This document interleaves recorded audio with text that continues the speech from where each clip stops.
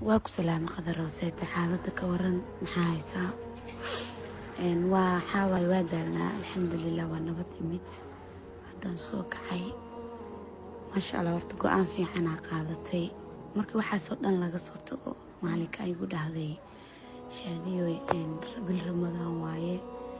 ilaahay kuma sun darnaada ana xaaskayga matihid isma qabno isaan waaye inta waaye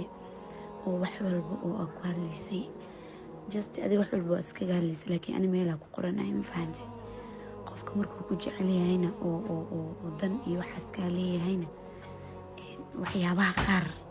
sida hadda inaad xaaskayga oo kale iyo tusaale ahaan uma soo qaato ma fahmaysaa okay aniga ma rabin inaan ku dareensiiyo maalin aan qoraal hadda ii soo qortay aan kuu soo qoray ani go-aan gaaray sababtoo ah ani adi waa isfahmi weynay mar walba buuqaa taagan just marka waxaan dareemay inuu xaggayga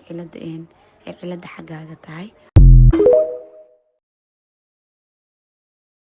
oo haddana breshar dhanka xaaskaaga ah oo ay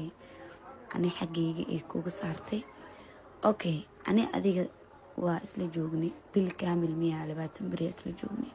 wax walbaa naga dhexeeyey wax walbaa na dhexmaray iguma aadan dhihin shaadiyoy saanay wax u jiraan aniga isla joogno is ag jiifno